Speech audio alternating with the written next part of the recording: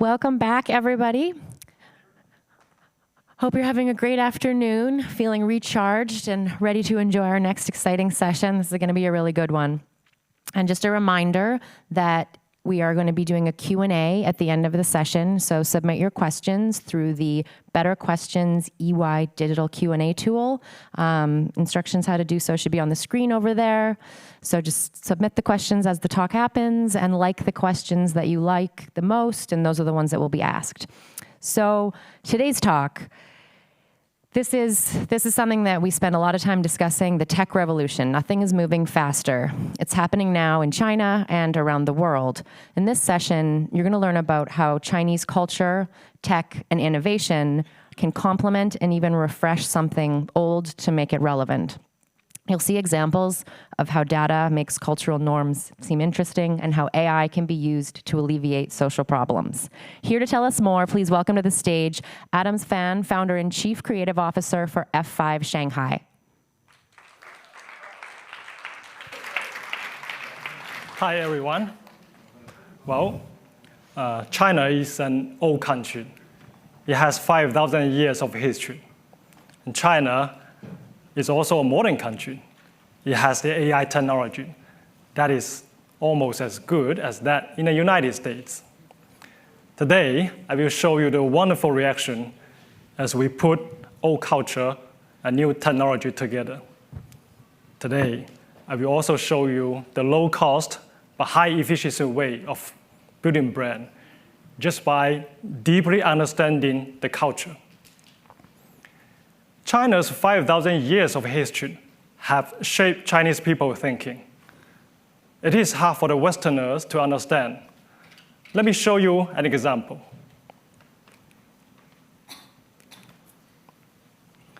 In the West, many people believe Interstellar is one of the best sci-fi movies. The story is about saving mankind by transporting Earth's population to a new home via a wormhole.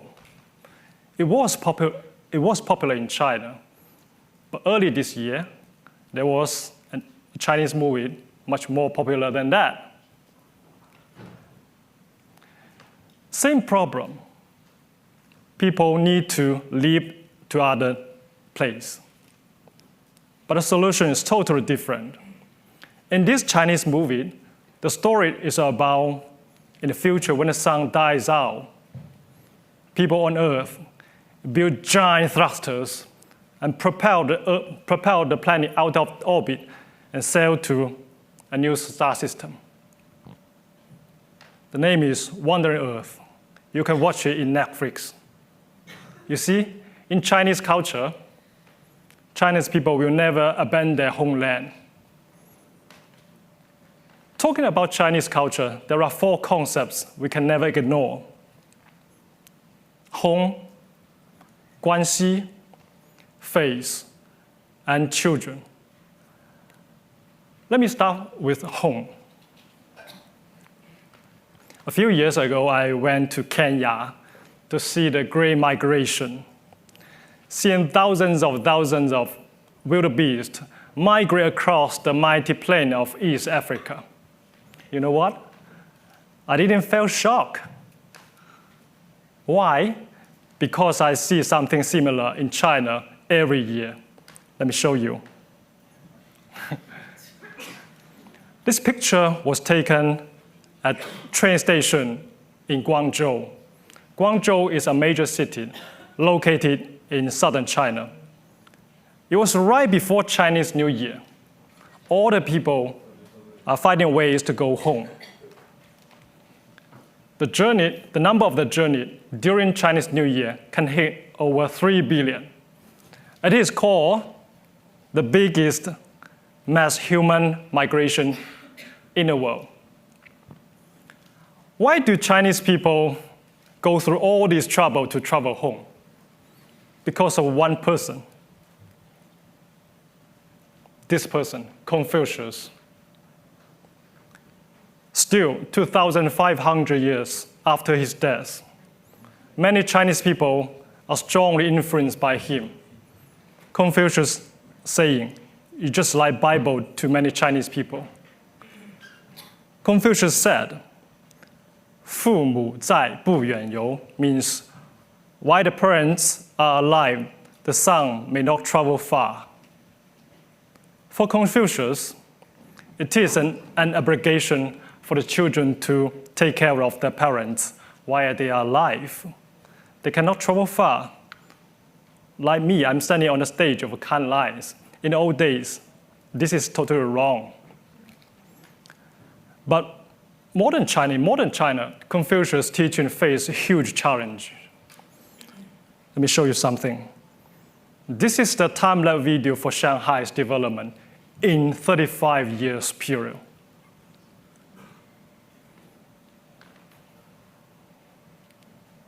Oh, sorry.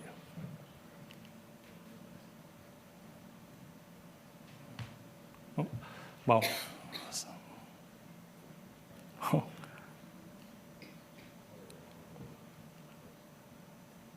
Oh, sorry, cannot play. You can see the Shanghai, okay. In 35 years period, Shanghai grew from a small city to a mega city, as big as New York, Paris, Tokyo, London. The fast development of Shanghai attract workers from all over the country. And there are many more cities like Shanghai growing bigger and bigger. Millions of people leave their parents and go to Shanghai, to the big cities, for jobs. During Chinese New Year, the 7-day holiday, they all need to go back home to visit their parents. This year, we create a campaign and activation to celebrate this great journey for Chinese people. Chinese New Year. It's the time when traditionally millions go home for family reunions. Baidu, China's leading mapping service provider, wants to celebrate this new year in a new way. Introducing the Journey Home. Enter the starting point and the destination. The system then creates a virtual journey of the drive home. It's a perfect simulation of the real journey. In total, the system is able to generate over 3 million possible routes. To make this happen, we access Baidu Street View's image database. It currently covers over 1,000 cities and 12,000 roads across China. Then, we use GPS to plan the route. The AI algorithm only selects the most scenic routes. Lastly, we extract the Street View photos and use them to generate time-lapse videos.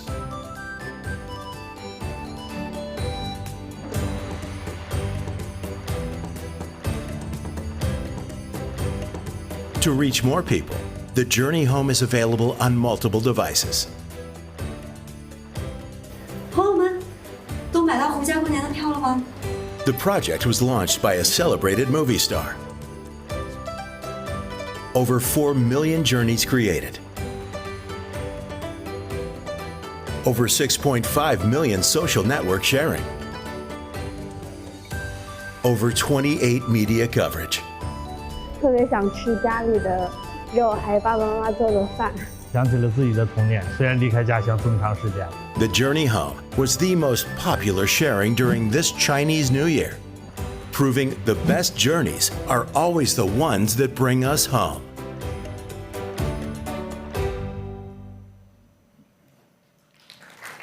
Okay. Move on. Let's talk about 关系. If you have been to China, you may have heard this word 关系. In Chinese culture, 关系 literally means relationship or connection. But actually, it is much more than that. 关系 is just like how things get done in China. Chinese people are hesitant to deal with strangers. There is a long phase of introduction needed.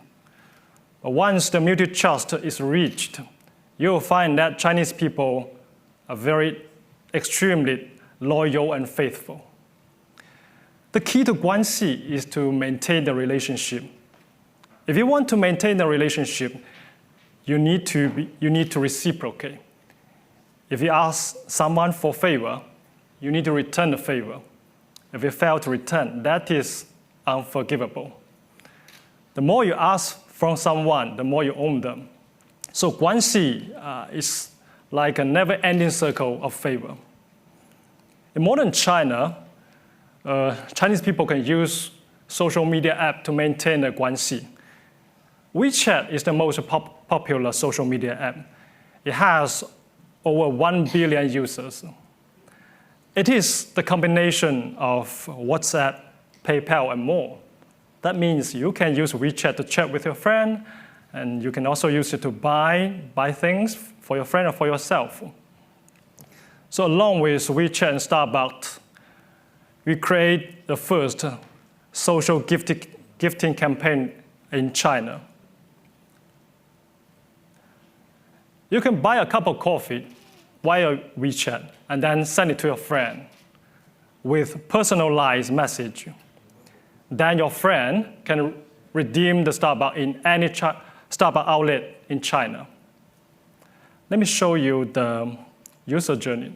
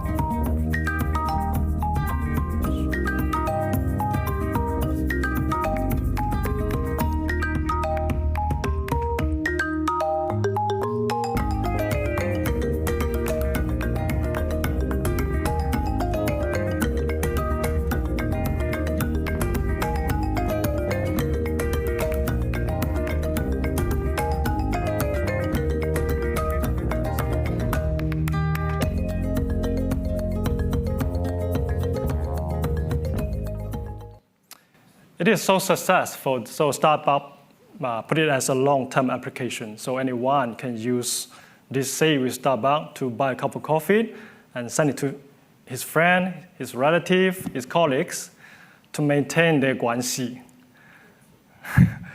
Okay. The next subject is face, 面子, pretty complex in Chinese.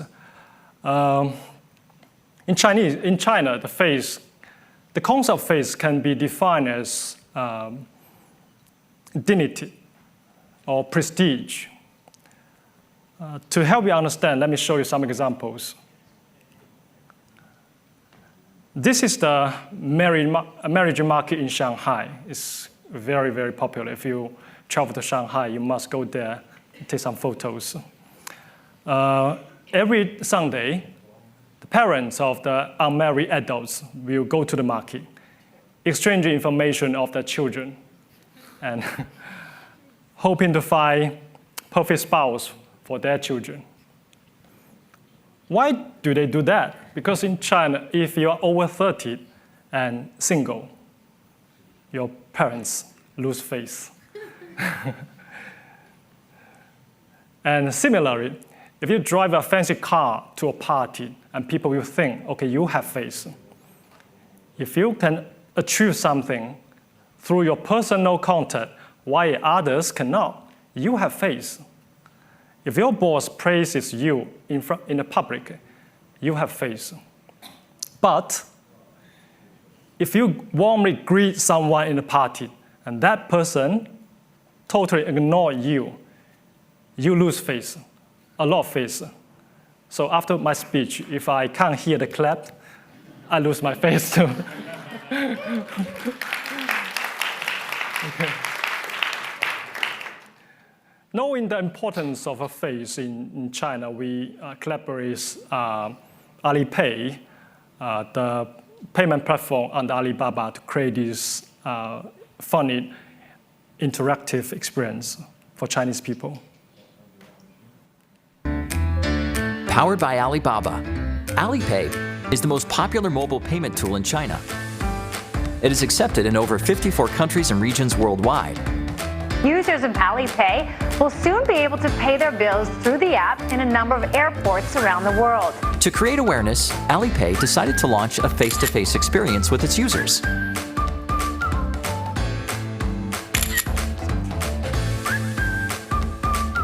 Alipay presents Face Value. Take a selfie, see the result, and get rewarded. Face Value was made possible with facial recognition technology and a database of over 3,000 notes worldwide. The closest match wins the value of the money. Face Value was launched at the Alibaba Cloud Computing Conference 2018.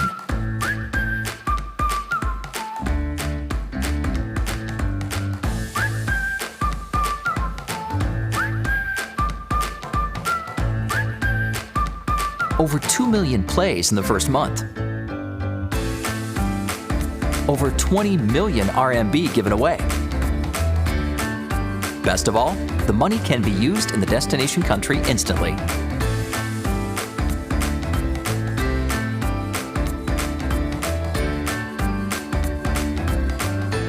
Now, more Chinese people are using Alipay in more countries than ever. Face Value by Alipay. If you guys have Alipay, you can have fun with it. It's still in Alipay. Well, let's move on. Let's talk about next generation. I'm sure most of you have heard the term tiger mom, that the all protective, strict, and parenting style that Chinese parents are famous for. It is not a new phenomenon. There is an old Chinese saying, 望子成龙, means hope your children will grow up to be like glorious dragon. That's why Chinese people are working so hard. They want to turn their children's life better than the previous generation. But this vision faces a big challenge in modern China. It is quite cruel. Just like as what I mentioned earlier, the rapid development of the cities like Beijing, Shanghai, and Guangzhou attracts many workers from all over the country, including someone from the rural area. People leave the rural villages, leaving their children in the hands of their old parents. They go to the city to work hard to make money. They try to create a better future for their children. They cannot bring the kids along because, according to the policy, the children can only get free education in their hometown.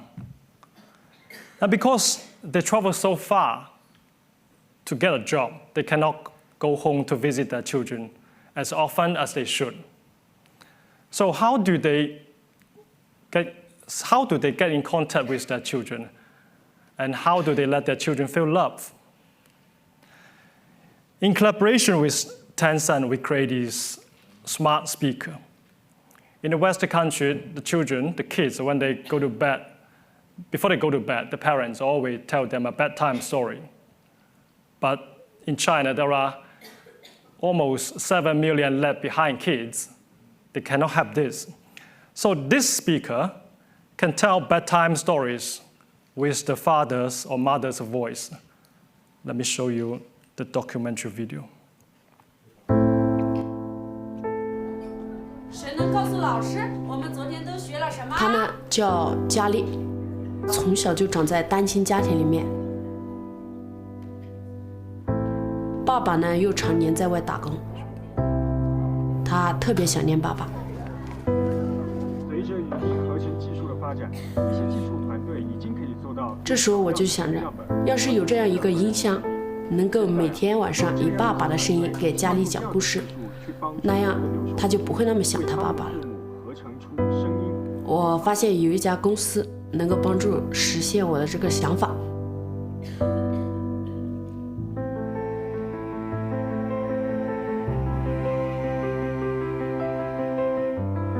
首先收集爸爸的少量声音样本，再用深度学习技术训练一个合成音库。有了这个音库，输入任何故事文本都能用爸爸的声音讲出来。9420，约来给你讲，有3只可爱的小猪，它们都想建一座漂亮的房子。老大随便用稻草围成了一座房子，哈哈，我有自己的房子呢。老大乐得欢蹦乱跳。当佳丽每天晚上都听着爸爸的声音，心情也一天一天好起来了。上课的时候也很活跃，积极的回答问题。课后也和同学们一起玩耍。作为老师呢，我觉得学生的开心成长是我最大的心愿。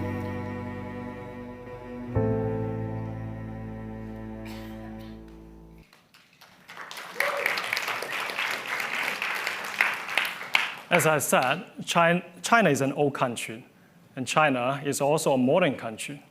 China is rich in local culture, and it is also leading in AI technology. Artificial intelligence may have been invented in the West, but its future is taking shape in the East, starting from China. Why do AI develop so fast in China? There are 4 reasons behind: technology, talent, capital, and market. In the past, only the United States have all those, but now China have all those as well. Tech companies led by Alibaba, Tencent, and Baidu are hiring scores of AI experts, building data centers, and investing a lot of money. And also the countless money is pouring into startups. Chinese entrepreneurs and companies see the huge opportunity in using AI in different industries.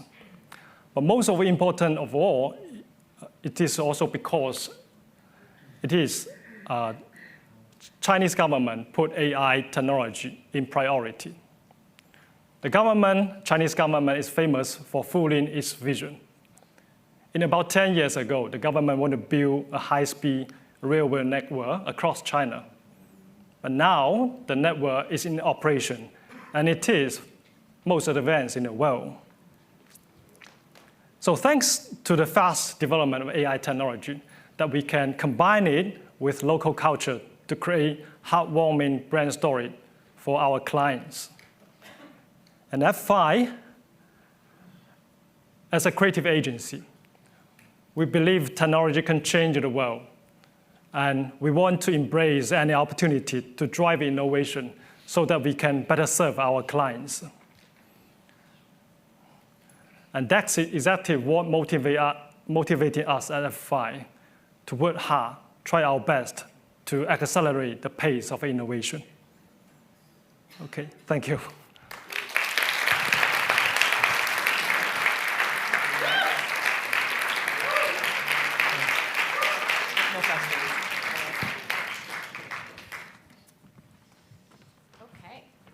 Well, thank you very much for that session. It's great. So we have some questions coming in for you here. So the first up is, what will be next after AI? What's the next tech revolution, do you think? Is there something else after AI, or is it just continuing to evolve itself? Well, it is called the fourth industrial revolution. Mm-hmm. It is driven by artificial intelligence, but the whole society is moving to AI. Mm-hmm. So everything. But what's next? I can't imagine. But now in China, everything, all the brand, they need to build connection with technology, artificial intelligence, because this is the shortcut to help them to build a brand and increase the sales.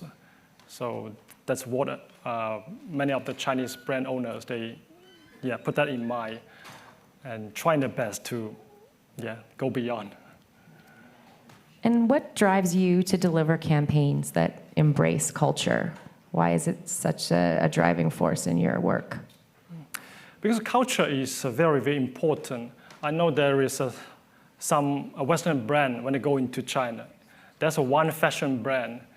They go into China. They produce the T-shirt, right? They put Chinese characters on. I know there is a character. They put a chicken on the T-shirt for the girls, but that is totally wrong because chicken in Chinese, that's another meaning is prostitute. So that's why knowing the local culture is so important in China, because China, that 5,000 years history, that the culture is so unique, so different. So all the Western brand, I think if you want to penetrate in China market, the first thing is, okay, you need to know the local people, what they think.